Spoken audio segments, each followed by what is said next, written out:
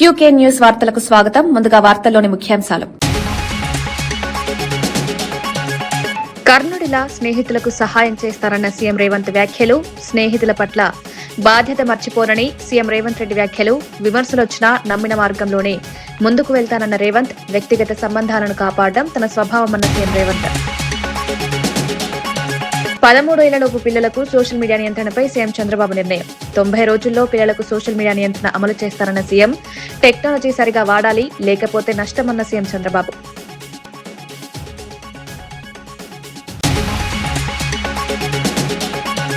కరీంనగర్ జిల్లాలో ప్రజాపాలన ప్రణాళికపై మంత్రి తుమ్మల సమీక్ష.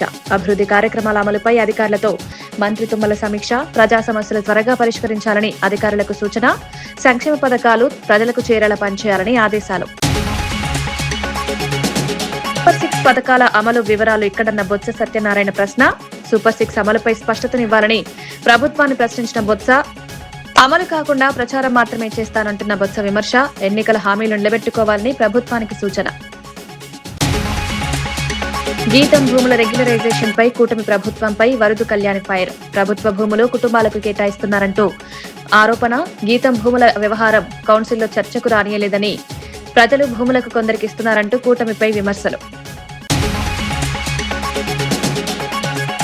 మహాభారతంలోని కర్ణుడిలా తాను కూడా తన స్నేహితులకు సహాయం చేస్తానని ముఖ్యమంత్రి రేవంత్ రెడ్డి అన్నారు. కొంతమందికి ఇది నచ్చదని, మరికొంతమందికి నచ్చకపోవచ్చని వ్యాఖ్యానించారు. స్నేహితుల పట్ల తన బాధ్యతను ఎప్పటికీ మర్చిపోనన్నారు. ప్రజా జీవితంలో కూడా నమ్మకాన్ని నిలబెట్టుకోవడం ముఖ్యమని పేర్కొన్నారు. తన చర్యలను కొందరు విమర్శించినా తాను నమ్మిన మార్గంలోనే ముందుకు సాగుతానన్నారు. టూరిజం ఆదాయం పెరిగింది. మరి గుజరాత్ లో సబర్మతి రివర్ ఫ్రంట్, ఢిల్లీలో యమునా నది రివర్ ఫ్రంట్, ఉత్తరప్రదేశ్ లో గంగా నది రివర్ ఫ్రంట్ ఎట్లయితే అభివృద్ధి చేసిండ్రో, ఇవాళ హైదరాబాద్ నగరంలో కూడా మూసీ నది రివర్ ఫ్రంట్ మనం డెవలప్ చేసుకుంటున్నాం. దీని చుట్టూత రాత్రిపూట మొత్తం వ్యాపారాలు ఓపెన్ చేస్తాం.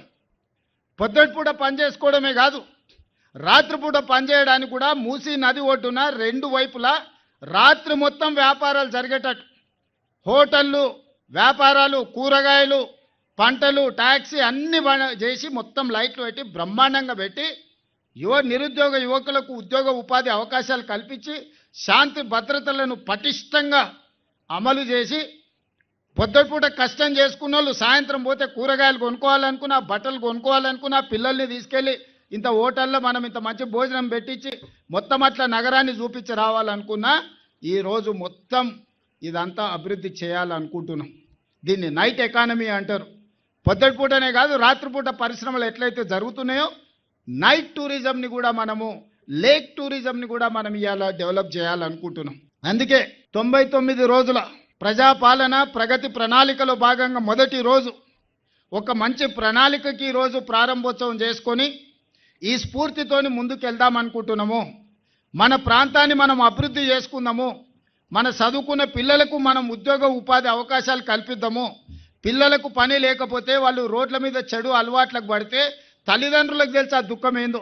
పిల్లగాడు చేతికి రాకపోతే, చదువుకున్న పిల్లగానికి ఉద్యోగం రాకపోతే, ఉద్యోగం లేక పిల్లగాడు చేతికి రాకుండా అక్కడనో ఇక్కడనో చెడు అలవాట్లు పడి రాత్రిపూట ఇంటికి రాకుండా తిరిగితే ఆ తల్లికి తెలిసి ఆ బాధ ఏందో. ఆగర్భ శ్రీమంతులకు ఫామ్ హౌస్లు ఉన్నోనికి బాధ, నొప్పి పేదోని బాధ తెలియదు. అందుకే ఇవాళ పేదోళ్ళ గురించి ఆలోచన చేసి ఒక మంచి ప్రణాళిక తీసుకొని మిమ్మల్ని అందరినీ ఒప్పించి మెప్పించి మన ప్రాంతాన్ని అభివృద్ధి చేయాలనుకుంటున్నాము. ఇవాళ మీకు మంచి ఎమ్మెల్యే ప్రకాష్ గౌడ్ గారు ఉన్నారు. వారు అన్ని విషయాలు నాతో మాట్లాడుతున్నారు. మీకు ఎవ్వరికి నష్టం జరగకుండా ఈ అభివృద్ధిలో మిమ్మల్ని భాగస్వాములను చేసి, ఈ అభివృద్ధి ద్వారా మీరు కూడా భవిష్యత్తులో బాగుపడేటట్టు చేసి, అదేవిధంగా మీకు ఇప్పుడు ఒక మాట చెప్పిండు, ఏ ఏరియాలో స్లమ్లలో ఉన్న వాళ్ళకు ఇందిరమ్మ ఇండ్లు కట్టిస్తే అక్కడనే కట్టించన్న, దూరం అంటే పోతలేరు, అక్కడోళ్ళు ఇక్కడ, ఇక్కడోళ్ళు అక్కడ పంచాయతీ అవుతున్నదని చెప్పిండు. పిల్లలు సోషల్ మీడియా దుర్వినియోగం చేయకుండా చర్యలు తీసుకుంటామని ముఖ్యమంత్రి చంద్రబాబు తెలిపారు. 13 సంవత్సరాలలోపు పిల్లలకు రాబోయే 90 రోజుల్లో సోషల్ మీడియా అందుబాటులో లేకుండా చేసే కార్యక్రమాన్ని ప్రారంభిస్తామన్నారు. టెక్నాలజీని సరైన విధంగా ఉపయోగిస్తే అది ఆయుధంలా ఉపయోగపడుతుందన్నారు. అయితే దానికి బానిసైతే జీవితాలు నాశనమవుతాయని హెచ్చరించారు. తల్లిదండ్రులు కూడా పిల్లలపై పర్యవేక్షణ పెంచాలని సూచించారు. సమాజానికి ఆరోగ్యకరమైన డిజిటల్ వాతావరణం అవసరమన్నారు. అంటే 13 సంవత్సరాలు వయసు లోపల ఉండే వాళ్ళకి సోషల్ మీడియా బ్యాన్ చేస్తే బాగుంటుందని ఒక సూచన వచ్చింది. తప్పకుండా తొందరలోనే 90 డేస్లో 13 సంవత్సరాల లోపల ఉండేవాళ్ళు సోషల్ మీడియాకు అందుబాటు లేకుండా చేసే కార్యక్రమానికి శ్రీకారం చుడతాం. 13, 16 సంవత్సరాలు చర్చ చేస్తున్నాం. అందరూ ఒప్పుకుంటే దాన్ని కూడా ఏం చేయాలని ఆలోచిద్దాం. సూపర్ 6 పథకాలు సూపర్ హిట్ అంటూ ప్రచారం చేస్తున్నారని, కానీ వాటి అమలు వివరాలు ఎక్కడ ఉన్నాయని బొత్స సత్యనారాయణ ప్రశ్నించారు. నిరుద్యోగ భృతి, ఆడబిడ్డ నిధి వంటి కీలక పథకాలపై ఎప్పటికీ స్పష్టత లేదన్నారు. ఈ పథకాలను ఎప్పుడు అమలు చేస్తారో ప్రభుత్వం చెప్పాలని డిమాండ్ చేశారు. అమలు చేయకుండా ఇప్పటికే పూర్తి చేసినట్లు ప్రచారం చేయడం సరైంది కాదన్నారు. ప్రజలకు ఇచ్చిన హామీలను ప్రభుత్వం నిలబెట్టుకోవాలని సూచించారు. ప్రజలకు స్పష్టమైన సమాధానం ఇవ్వాలని డిమాండ్ చేశారు. ఈ అంశంపై ప్రభుత్వం వెంటనే వివరాలు వెల్లడించాలన్నారు. 3 సూపర్ 6 సంవత్సరాలు ఎక్కడున్నాయి? ఈ పుస్తకం ఎక్కడ శిక్ష నిరుద్యోగ వృత్తి ఎక్కడ ఉంది? 50 సంవత్సరాలు మహిళలకు వచ్చి ఇస్తున్నా అది ఎక్కడ ఉంది? 18 సంవత్సరాలు 15 కాబట్టి మేము అడుగుతుంది ఏంటంటే వాస్తవాల్ని ఇవాళ కాదు రేపు, ఇవాళ కాబట్టి రేపిస్తామని చెప్పండి, రేపు కాబట్టి తెలుగు ఇస్తామని చెప్పండి. అంతేగాని అయిపోయింది ఏ రంగా అయిపోద్ది? మేము అడుగుతుంది అది, ఈ సభ ద్వారా మేము అడుగుతుంది ఏంటంటే మీరు ఏదైతే చెప్పారో సూపర్ 6 అది ఎప్పుడు ఇస్తారు? ఆ మిగతా 3 ఎప్పుడు అవుతాయి? అవి ఎప్పుడు చేస్తారు? పోనీ ఇచ్చిన 3 అరకొరకు ఇచ్చారో పోయారో తెచ్చారో ఏదో అడుగుతున్నాయి అది అడుగుతున్నాం. మా సభ అడిగింది అది, దానికి సమాధానం లేదు. ప్రతి కుటుంబం 3 పిల్లలను కనాలని అసెంబ్లీలో చెప్పిన వ్యాఖ్యలపై చింతా మోహన్ చంద్రబాబును ప్రశ్నించారు. మీరు మీ కుమారుడు మాత్రం ఒక్కరినే కనగా మిగతా వారిని 3 కనమని చెప్పడం ఎలా అని ప్రశ్నించారు. నాయకులు ప్రజలకు ఇచ్చే సూచనలు ముందుగా తమ జీవితాల్లో అమలు చేయాలన్నారు. మాటల్లో ఒకటి, పనుల్లో మరోటి ఉండకూడదన్నారు. ప్రజల సమస్యలపై దృష్టి పెట్టడం ముఖ్యమన్నారు. రాజకీయాల్లో బాధ్యతాయుతమైన వ్యాఖ్యలు అవసరమని పేర్కొన్నారు. ఒక్కొక్కరిని 3 బిడ్డలు పుట్టించమంటాడు. నువ్వు ఎంతమంది బిడ్డలు పుట్టించావు చంద్రబాబు నాయుడు? నీ తెలివి మాకు కూడా ఉంది కదా. నువ్వేమో ఒక్క బిడ్డను పుట్టించి మిగిలిన వాళ్ళందరినీ జనాభా పెంచాల 3 పెంచమంటావు. ఏమయ్యా నువ్వు చెప్పేదానికి కొంచెం ఉండాలయ్యా, ఆలోచించి చెప్పవా చంద్రబాబు నాయుడు. నువ్వు 3 బిడ్డలు పుట్టించి 3 పుట్టించమంటే ఓకే వింటాం మేమందరం. నువ్వేమో ఒక బిడ్డని ఏమో లోకేష్ తర్వాత ఇంకెవరు బిడ్డలు పుట్టించలేకపోయినావా? పుట్టించి నువ్వు చెప్పిండాలా? ఏం చెప్తుండావో, నువ్వు ఏం చెప్తావో ఏం చేస్తావో ఎవరికి అర్థం కావటం లేదు. మరి నీ బిడ్డ లోకేష్ అన్నా 3 బిడ్డలు పుట్టించి అయ్యా మీరు కూడా 3 బిడ్డలు పుట్టించండి అని అంటే బాగుంటాం. అట్టలేదే, నీ బిడ్డ కూడా ఒకే బిడ్డను కానీ మిగిలిన వాళ్ళందరినీ నాయుడుపేటలో ఉన్నవాళ్ళు 3 బిడ్డలు పుట్టించమంటే అట్ట స్వామి? ఏంటి నువ్వు మాట్లాడేది ఏంది? నువ్వు చెప్పేది ఏంది? చేస్తుండేది ఏంది? నీకు ఏందో నాకైతే అర్థం కావట్లా నీ సమస్య. బీఆర్ఎస్ పార్టీకి ప్రజల్లో ఆదరణ పెరుగుతుందని తెలిసి సీఎం రేవంత్ రెడ్డి డైవర్షన్ రాజకీయాలకు తెరలేపుతున్నారని బీఆర్ఎస్ జనరల్ సెక్రటరీ విమర్శించారు. కాంగ్రెస్ ప్రభుత్వం ప్రకటించిన 99 రోజుల ప్రణాళిక హాస్యాస్పదంగా ఉందన్నారు. ఇప్పటికే ప్రతి ప్రభుత్వ కార్యాలయంలో అధికారులు చేసే పనులనే 99 రోజుల ప్రణాళికగా ప్రకటించడం సరైన విధానం కాదన్నారు. తెలంగాణలో ప్రగతి పాలన జరుగుతోందని చెప్పడం తప్పని అన్నారు. ప్రస్తుతం ప్రజలపై ప్రతీకార పాలన నడుస్తోందని ఆరోపించారు. ప్రభుత్వ చర్యలు ప్రజలకు ఉపయోగపడేలా ఉండాలని సూచించారు.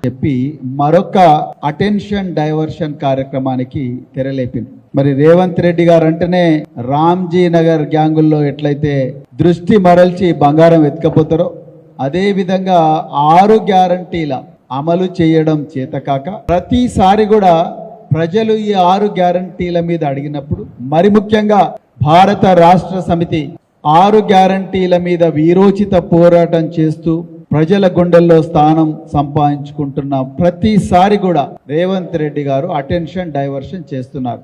ఈ 2.5 సంవత్సరాల్లో కాళేశ్వరంలో మేడిగడ్డను కూలగొట్టి పీసీ గోస్ కమిషన్ వేసి అటెన్షన్ డైవర్షన్. అదే విధంగా ఎలక్ట్రిసిటీ కేసీఆర్ గారు 20,000 మెగావాట్ల ఎలక్ట్రిసిటీని విద్యుత్తు ఉత్పాదనను పెంచితే దాని మీద జస్టిస్ నరసింహారెడ్డి కమిషన్ వేశారు. కేటీఆర్ గారు మొబిలిటీ వ్యాలీ అని చెప్పి తెలంగాణను విద్యుత్ వాహనాల కేంద్రంగా తయారు చేయాలని తలిస్తే వారి మీద ఫార్ములా ఈ కేసు పెట్టారు. హరీష్ రావు గారు ప్రతిరోజు కూడా ఈ 6 గ్యారంటీల అమలును కానీ లేకపోతే తెలంగాణ రైతులకు నీళ్లలో మరి అన్యాయం జరుగుతూ ఉన్నది, పోరాడి తెచ్చుకున్న తెలంగాణలో నీళ్ల విషయంలో అన్యాయం జరుగుతుందంటే వారి మీద కూడా పంజాగుట్టలో అక్రమ కేసులు పెట్టారు. ఇప్పుడు ట్యాపింగ్ అని చెప్పేసి ధారావాహిక సీరియల్ నడుస్తా ఉన్నది. ఇవన్నీ కాదు, అయినా కూడా బీఆర్ఎస్ పార్టీ లొంగకుండా వీరోచిత పోరాటం ప్రజల కోసం చేస్తా ఉంది. వీళ్ళకి ఎట్లయినా ఆగేటట్టు లేరు అని చెప్పి ఇప్పుడు మళ్ళీ ఒక కొత్త డ్రామాకు రేవంత్ రెడ్డి ప్రభుత్వం తెరలేపింది. అదే ఈ 99 రోజుల ప్రగతి ప్రణాళిక ప్రజాపాలన. మీరు ప్లానింగ్ డిపార్ట్మెంట్ ఇచ్చిన గైడ్ లైన్ చూస్తే నిజంగా ఆశ్చర్యం వేస్తారు. అధికారులంట ప్రతిరోజు కూడా ఈ 99 రోజులు శానిటేషన్, తర్వాత పెండింగ్ ఫైల్స్ క్లియర్ చేయాలి, అదే విధంగా పరిసరాలను కూడా జాగ్రత్తగా పెట్టుకోవాలి, అదే విధంగా ఇంకేమైనా ఉంటే అవన్నీ చేయాలంటున్నారు. మరి నిజంగా రేవంత్ రెడ్డి గారు ముఖ్యమంత్రిగా పాలన ఏమన్నా 2.5 సంవత్సరాల్లో నేర్చుకున్నారా?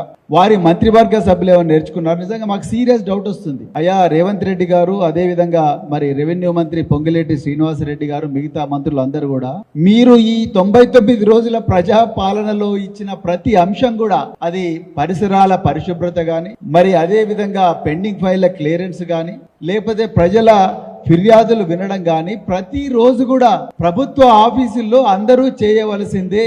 వాళ్ళకు జీతాలు వచ్చేది అందుకొరకే. GO treasury account number 010 head కింద అందరికి కూడా జీతాలు వచ్చేది ఇందుకోసమే. వాళ్ళు జీతాలు తీసుకొని ప్రతిరోజు చేసే పని ఇదే.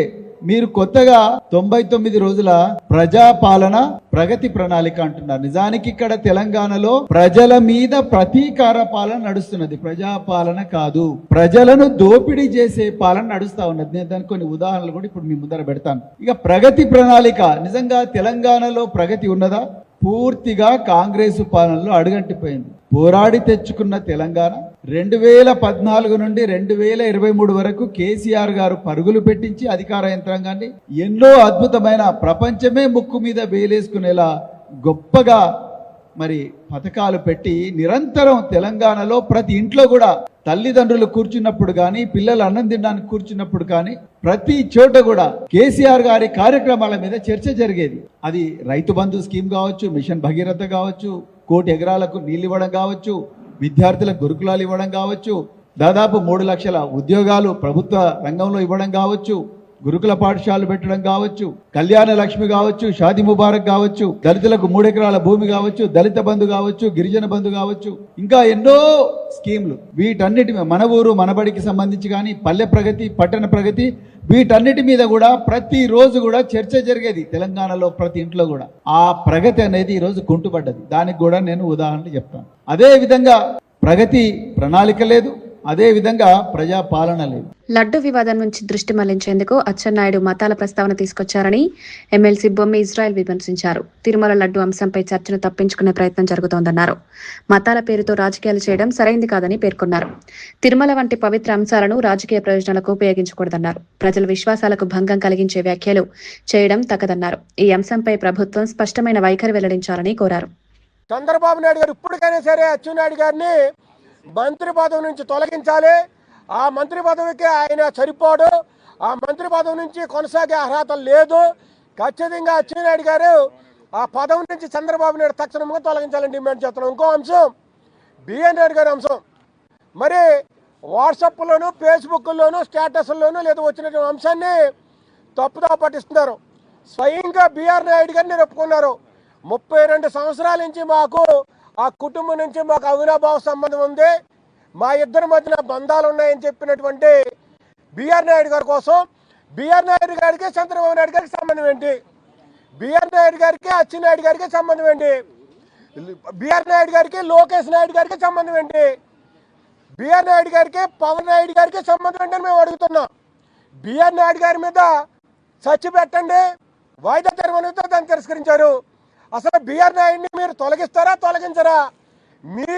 మీ టీవీలో వచ్చినటువంటి, మీ మీడియాలో వచ్చినటువంటి వర్గ విభేదాలు ఒక మీడియా బయట పెట్టింది, ఒక మీడియా మీద బురద చల్లింది. ఆ బురద చల్లే టైంలో ఆ సాక్ష్యాధారాలతో సహా మరి సాక్ష్యాలు బయటకు వచ్చినాయి. మీరు పడినటువంటి సమయంలో వైఎస్ఆర్సీపీ చేసిందంటే సరికాదు. మీరు బిఆర్ నాయుడు మీద యాక్షన్ తీసుకుంటారో తీసుకోరో మీ విశ్వసనగా వదిలేస్తున్నాం.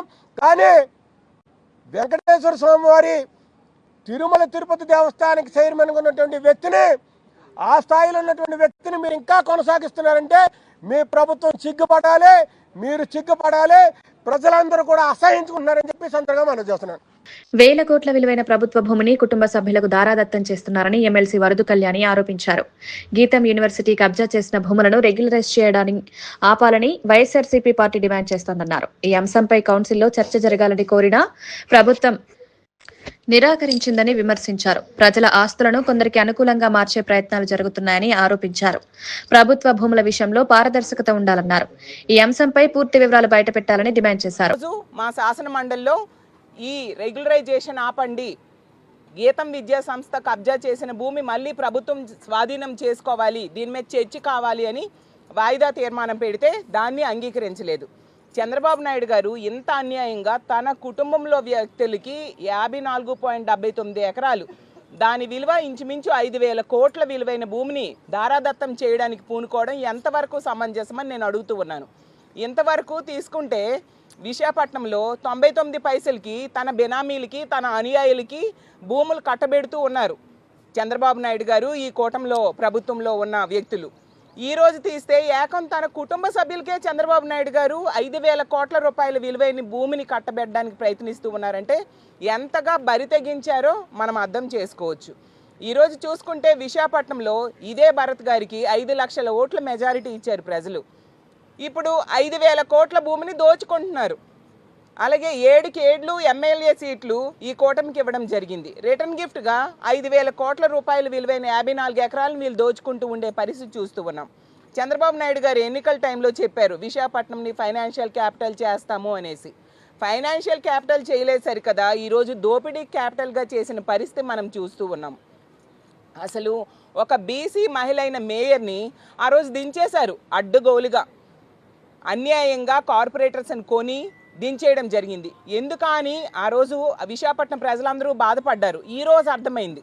ఎందుకంటే మా వైఎస్ఆర్ కాంగ్రెస్ పార్టీ ఎన్నుకున్న మేయర్ని దించేయడం ద్వారా, వాళ్ళ మేయర్ని అడ్డుగోలుగా ఎన్నుకోవడం ద్వారా ఈ గీతం భూ కబ్జా ఈజీగా చేయొచ్చు, కబ్జా చేసిన భూమిని రెగ్యులరైజ్ చేయొచ్చు అనే ఉద్దేశంతో చేయడం జరిగింది.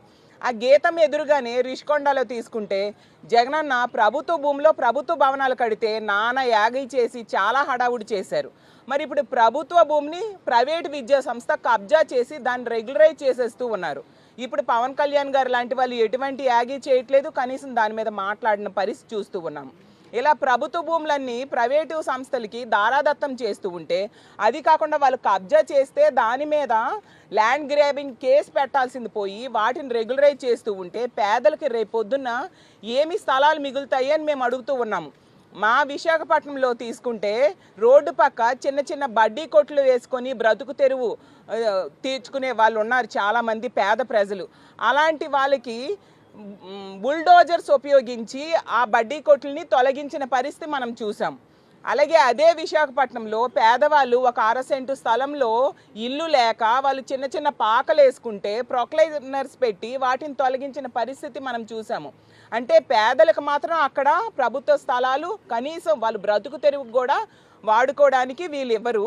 కానీ చంద్రబాబు నాయుడు గారి కుటుంబ సభ్యులే 5,000 కోట్ల రూపాయల విలువైన భూముల్ని ఈ విధంగా దోచుకోవడం ఎంతవరకు సమంజసమని మేము అడుగుతూ ఉన్నాము. దాని మీద మాట్లాడడానికి ఆ సాక్ష్యాధారాలన్నీ కౌన్సిల్లో పెట్టడం కోసం మేము వాయిదా తీర్మానం అడిగితే వాళ్ళు వాయిదా తీర్మానాన్ని రిజెక్ట్ చేయడం జరిగింది.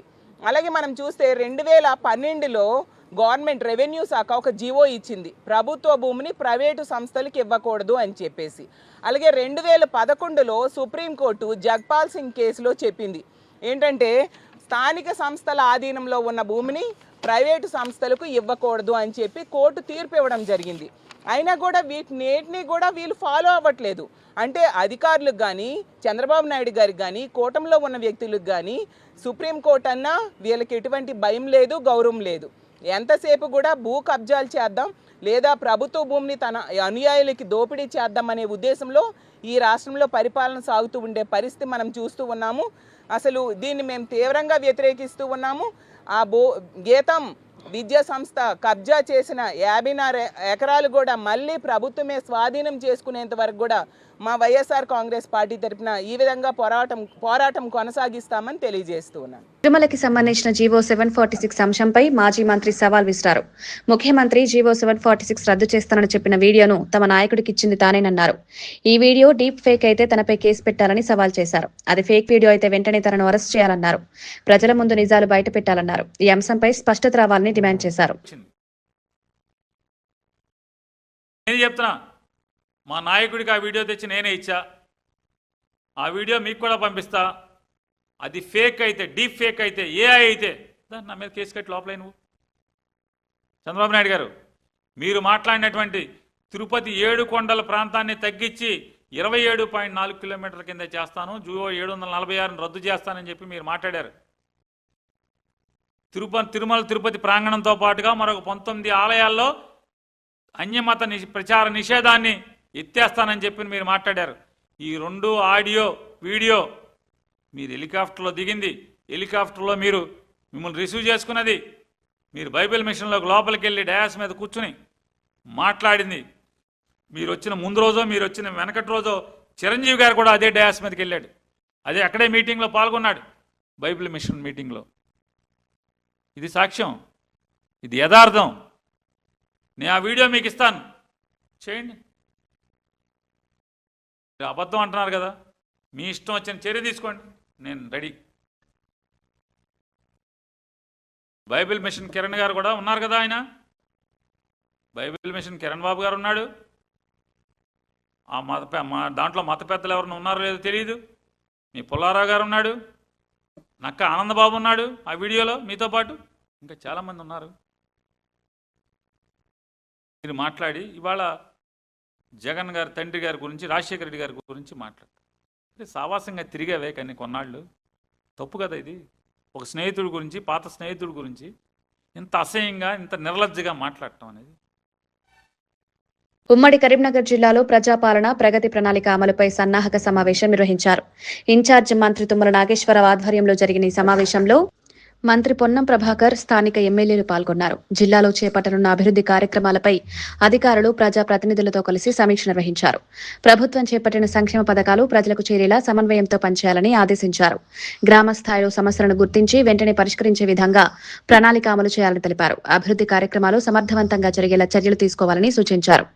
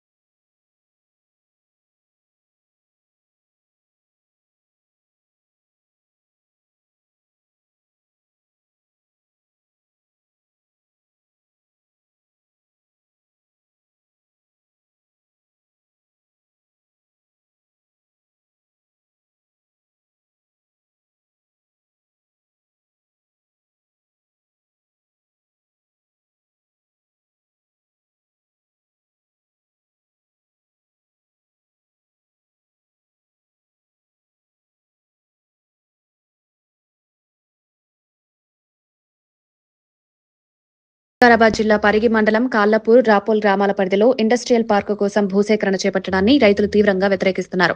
తాతల కాలం నుంచి సాగు చేస్తున్న భూములను ప్రభుత్వం తీసుకోవడం అన్యాయమని రైతులు ఆవేదన వ్యక్తం చేస్తున్నారు. భూసేకరణ నోటిఫికేషన్ విడుదలకు ముందు గ్రామ పంచాయతీకి లేదా రైతులకు సమాచారం ఇవ్వలేదని ఆగ్రహం వ్యక్తం చేశారు. నోటిఫికేషన్ విడుదలైనప్పటి నుంచి తహసీల్దార్ కార్యాలయంలో వినతి పత్రాలు ఇవ్వడంతో పాటు కలెక్టరేట్ ఎదుట నిరసనలు చేపట్టారు. ప్రభుత్వం వెంటనే భూసేకరణ ప్రక్రియను ఉపసంహరించుకోవాలని రైతులు డిమాండ్ చేశారు. ఈ నిరసనలకు మాజీ ఎమ్మెల్యే మహేష్ రెడ్డి మద్దతు తెలిపారు.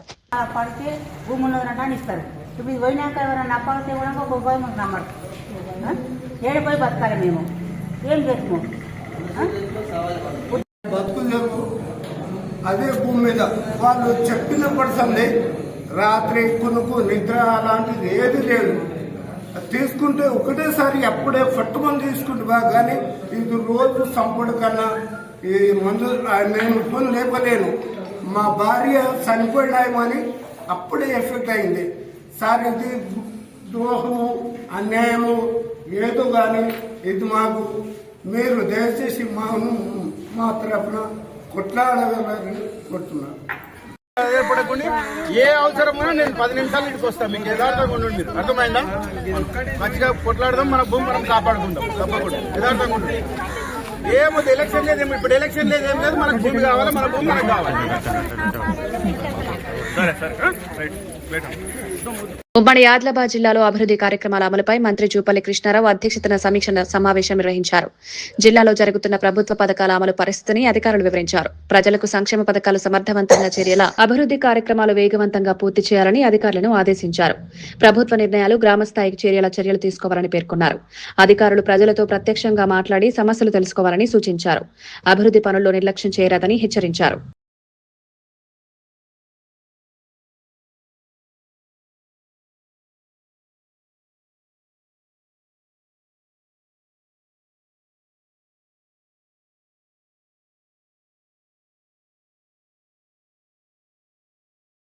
మహబూబ్ నగర్ జిల్లాలో ప్రజాపాలన ప్రగతి ప్రణాళిక అమలుపై సమీక్ష సమావేశం నిర్వహించారు.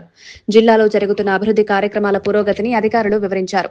ప్రజలకు ప్రభుత్వ పథకాలు సమర్థవంతంగా చేరేలా చర్యలు తీసుకోవాలని సూచించారు. గ్రామ స్థాయిలో సమస్యలను గుర్తించి త్వరగా పరిష్కరించాలని అధికారులను ఆదేశించారు. ప్రభుత్వం చేపట్టిన సంక్షేమ కార్యక్రమాలపై ప్రజలకు అవగాహన కల్పించాలన్నారు.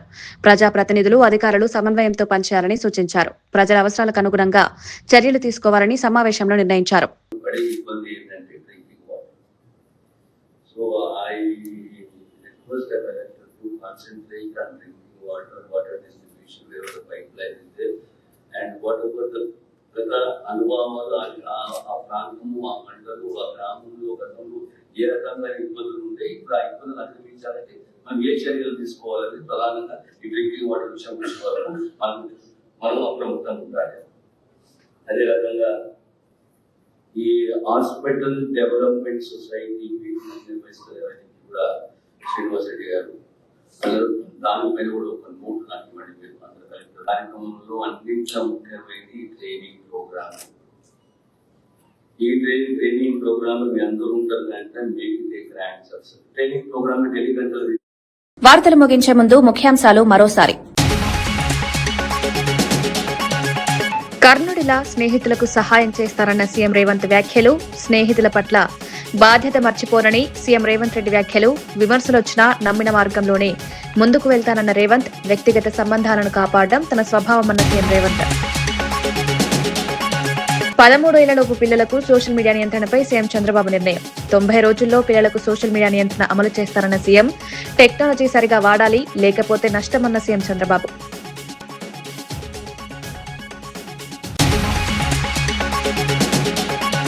కరీంనగర్ జిల్లాలో ప్రజాపాలన ప్రణాళికపై మంత్రి తుమ్మల సమీక్ష. అభివృద్ధి కార్యక్రమాల అమలుపై అధికారులతో మంత్రి తుమ్మల సమీక్ష. ప్రజా సమస్యలు త్వరగా పరిష్కరించాలని అధికారులకు సూచన. సంక్షేమ పథకాలు ప్రజలకు చేరేలా పనిచేయాలని ఆదేశాలు. సూపర్ 6 పథకాల అమలు వివరాలు ఇక్కడన్న బొత్స సత్యనారాయణ ప్రశ్న. సూపర్ 6 అమలుపై స్పష్టతనివ్వాలని ప్రభుత్వాన్ని ప్రశ్నించిన బొత్స. అమలు కాకుండా ప్రచారం మాత్రమే చేస్తానంటున్న బొత్స విమర్శ. ఎన్నికల హామీలు నిలబెట్టుకోవాలని ప్రభుత్వానికి సూచన. గీతం భూముల రెగ్యులరైజేషన్ పై కూటమి ప్రభుత్వంపై వరదు కళ్యాణి ఫైర్. ప్రభుత్వ భూములు కుటుంబాలకు కేటాయిస్తున్నారంటూ ఆరోపణ. గీతం భూముల వ్యవహారం కౌన్సిల్లో చర్చకు రానియలేదని, ప్రజలు భూములకు కొందరికిస్తున్నారంటూ కూటమిపై విమర్శలు. ఇవి ఈనాటి వార్తా విశేషాలు. మరో బులెటిన్లో మళ్ళీ కలుద్దాం. నమస్కారం.